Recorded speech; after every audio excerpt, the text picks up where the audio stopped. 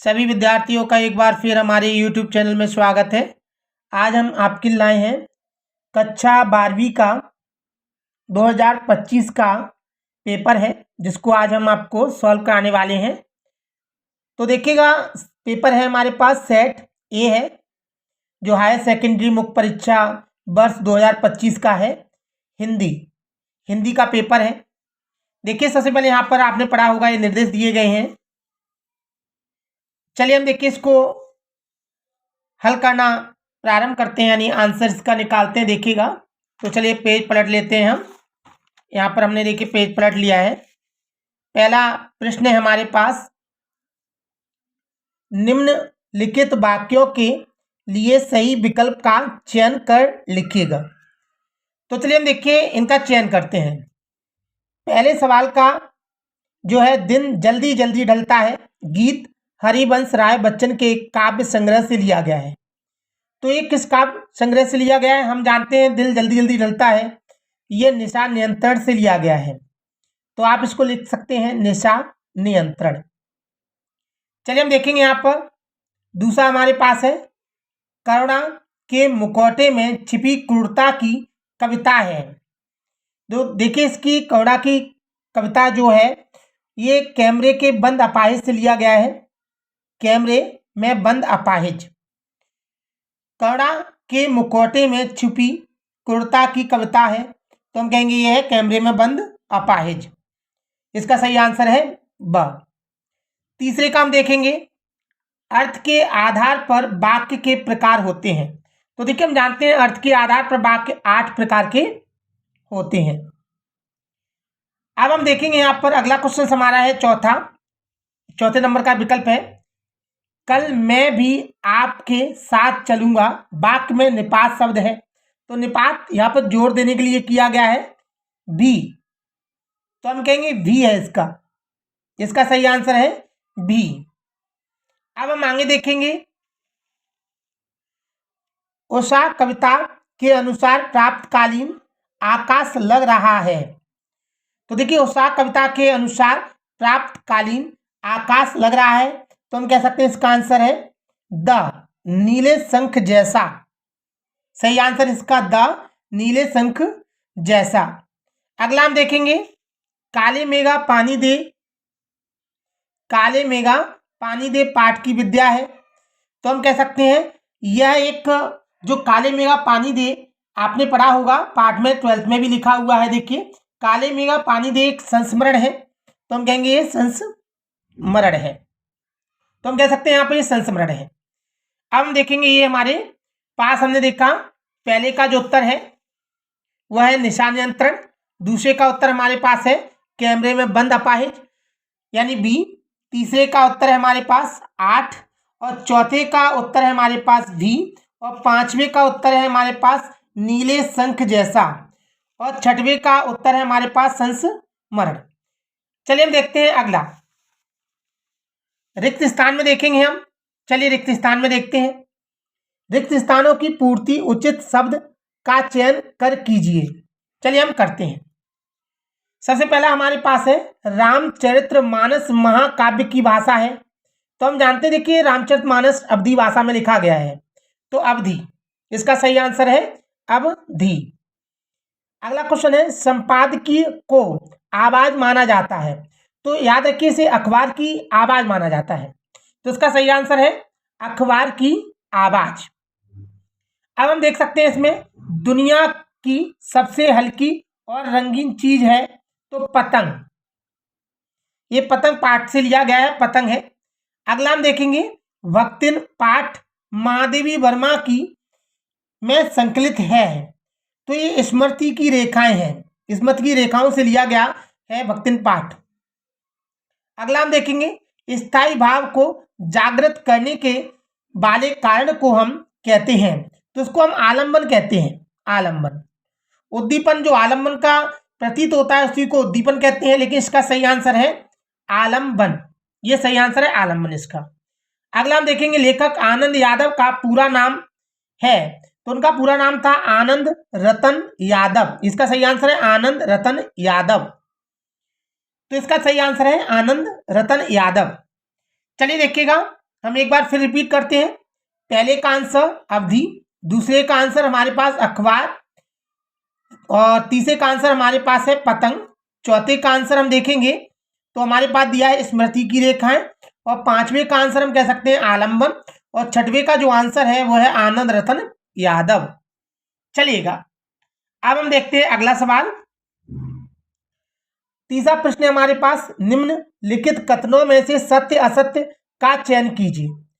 तो देखिए पहला है हमारे पास, प्रसाद गुण सभी रसों में पाया जाता है, तो बिल्कुल सत्य है। देखिए प्रसाद गुण सभी रसों में पाया जाता है, तो हम यहाँ लिख सकते हैं सत्य। अगला हमारा है, क्षेत्र विशेष में बोले जाने वाले शब्द क्षेत्रीय शब्द कहलाते हैं। बिल्कुल देखिए क्षेत्र में विशेष में जो बोले जाते हैं वो क्षेत्रीय शब्द होते हैं, इसलिए ये भी सत्य है। अगला हम देखेंगे तीसरा, शेर के बच्चे का असल नाम लुट्टन सिंह पहलवान था। तो नहीं, हम जानते हैं देखिए शेर के बच्चे का असल नाम चांद सिंह था, इसलिए हम देखेंगे लुट्टन सिंह तो पहलवान था, तो ये असत्य है, असत्य। हम चौथा देखेंगे, एक घूंट एकांकी के रचनाकार जयशंकर प्रसाद है। तो बिल्कुल हम कह सकते हैं सत्य है, जयशंकर प्रसाद द्वारा लिखा गया है एक घूंट एकांकी। अगला हम देखेंगे, बाजार का जादू आंख की राह पर काम नहीं करता है। तो हम जानते हैं, देखिए हमने पढ़ा है बाजार दर्शन में कि बाजार का जादू जो काम करता है वो आंख की राह ही काम करता है, लेकिन इसमें नहीं लिख रहा है, इसलिए ये असत्य है, असत्य है। क्योंकि हम जानते हैं कि बाजार का जादू आंख के राह ही काम करता है, लेकिन इसमें नहीं आया है, इसलिए असत्य हो गया। अगला हम देखेंगे, रेडियो मूलतः एक रेखीय माध्यम है। तो बिल्कुल सत्य है। देखिए हम कहेंगे बिल्कुल जो रेडियो होता है वो मूलतः एक रेखीय माध्यम होता है। तो हम देखेंगे इसमें पहला सत्य है, दूसरा सत्य है, तीसरा असत्य है, चौथा सत्य है, और पांचवा असत्य है, छठवां सत्य है। चलिएगा तो हम देखते हैं अब नीचे अगला क्वेश्चन जोड़ियों से है, सही जोड़ी का मिलान कर लिखिए। चलिए देखते हैं हम सही जोड़ी। पहला क्वेश्चन है जिटौत, जिटौत का मतलब होता है जेठ के पुत्र, तो इसका सही आंसर है ग, ये है जेठ के पुत्र। हम कह सकते हैं जेठ के पुत्र को ही हम जिटौत कहते हैं। बिंब, बिंब का मतलब होता है शब्द चित्र, जो शब्द चित्र होता है इसी को हम बिंब बोलते हैं, बिंब। तीसरा हम देखेंगे जूझ, जूझ का देखिए हिंदी अनुवाद जो किया था ये मराठी भाषा में आनंद यादव ने लिखी थी। जूझ का जो हिंदी अनुवाद किया था वो केशव प्रथम वीर ने किया था, केशव प्रथम वीर। हम देख सकते हैं अतीत के दबे पांव, अतीत के दबे पांव एक यात्रा वृत्तांत है, तो उसको हम यात्रा वृत्तांत से मिलाएंगे। यहां पर देखेंगे फ्री लॉसर, पत्रकार, ये अलग अलग अखबारों के लेखन होते हैं, अलग अलग अखबारों के लेखन। तो हम देखेंगे यहां पर अगला हमारा है समाचार लेखन की शैली। तो समाचार लेखन की शैली जो होती है वो याद रखिए उल्टा पिरामिड होती है। हम देखेंगे कॉलेज ऑफ प्रीस्टिस, तो हम जानते हैं धार्मिक अनुष्ठान का स्थान है, इसका सही आंसर ही है। एक बार हम फिर देख सकते हैं, पहले का आंसर हमारे पास है ग, यहां पे लिख सकते हैं ग, यानी ये वाला। दूसरे का आंसर है बिंब, बिंब माने शब्द चित्र, यानी क, क। तीसरा हम कह सकते हैं जूझ, जूझ का सही आंसर है केशव प्रथम वीर, यानी घ, घ घड़ी। अतीत के दबे पांव, अतीत के दबे पांव का है यात्रा वृत्तांत, यानी ज, ज, जहाज। फ्री लॉन्सर पत्रकार, इसका सही है अलग अलग अखबारों में लेखन, यानी ख, ख। समाचार लेखन की शैली, यानी उल्टा पिरामिड, यानी च। हम देखें कॉलेज ऑफ प्रीस्टिस, इसका है सही धार्मिक अनुष्ठान का स्थान, यानी झ। ये देखिएगा ये हमारे सही आंसर हो चुके हैं यहां पर। चलिए हम देखते हैं अगला क्वेश्चन। पांचवा क्वेश्चन हमारे पास था, एक वाक्य में उत्तर लिखिएगा। देखिए एक वाक्य में उत्तर है, तो हम देखते हैं एक वाक्य में उत्तर। पहला प्रश्न हमारे पास, समाचार लेखन के 6 कंकार कौन कौन से हैं। तो हम अच्छी तरह जानते हैं, देखिए 6 कंकार कौन कौन से होते हैं। पहला कंकार होता है क्या, हम यहां लिख सकते हैं क्या, दूसरा कंकार कब, तीसरा कंकार कहां,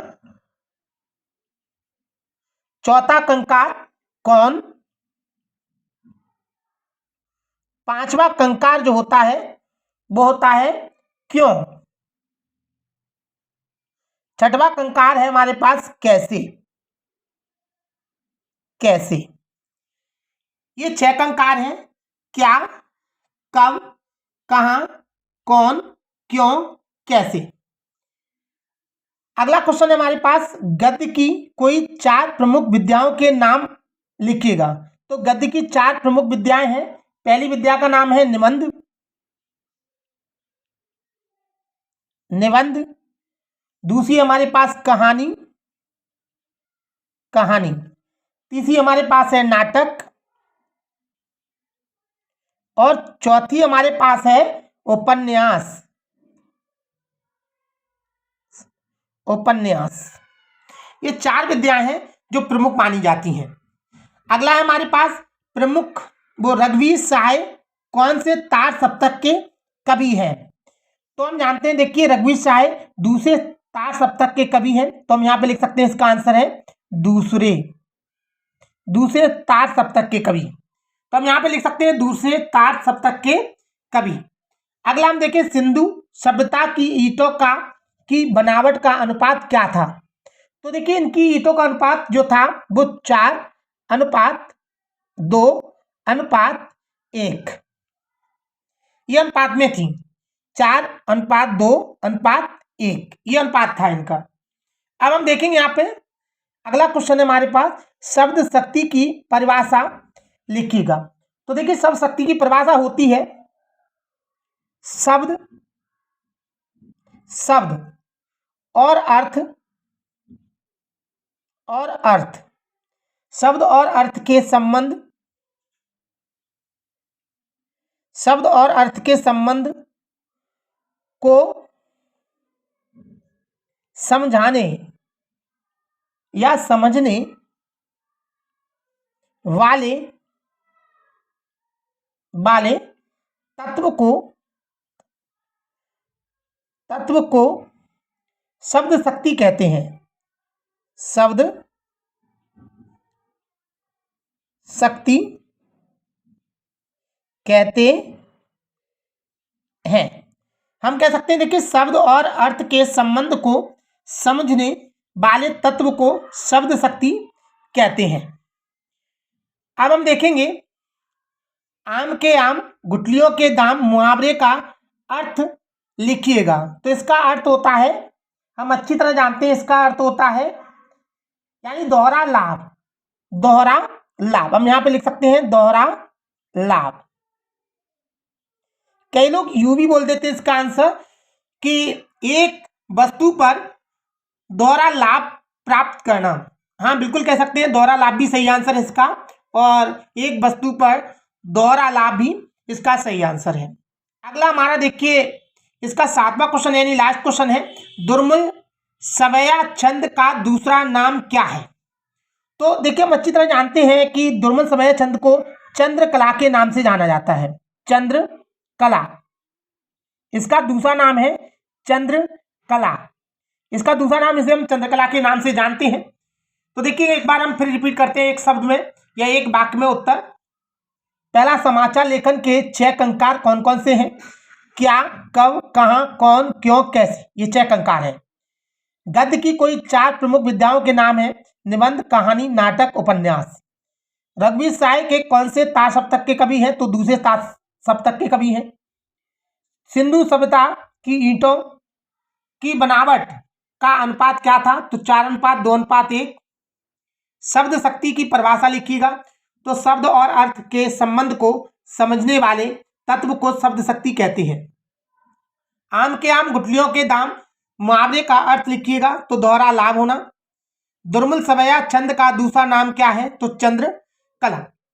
देखिए फिर ये नीचे क्वेश्चन भी आए हैं, तो अगर आपको देखिए समझ में अच्छी तरह आए हैं तो आप हमें कमेंट करके बताएं कि आपके कितने सही ओटियां निकली हैं और कितने नंबर के सही आपके ऑप्शन आए हैं। तो कमेंट में हमें करके बताएं और हमारे चैनल को लाइक करें, हमारे चैनल को सब्सक्राइब करें, वीडियो को लाइक करें और शेयर करें। हमारा वीडियो देखने के लिए आपका बहुत बहुत धन्यवाद। थैंक्स।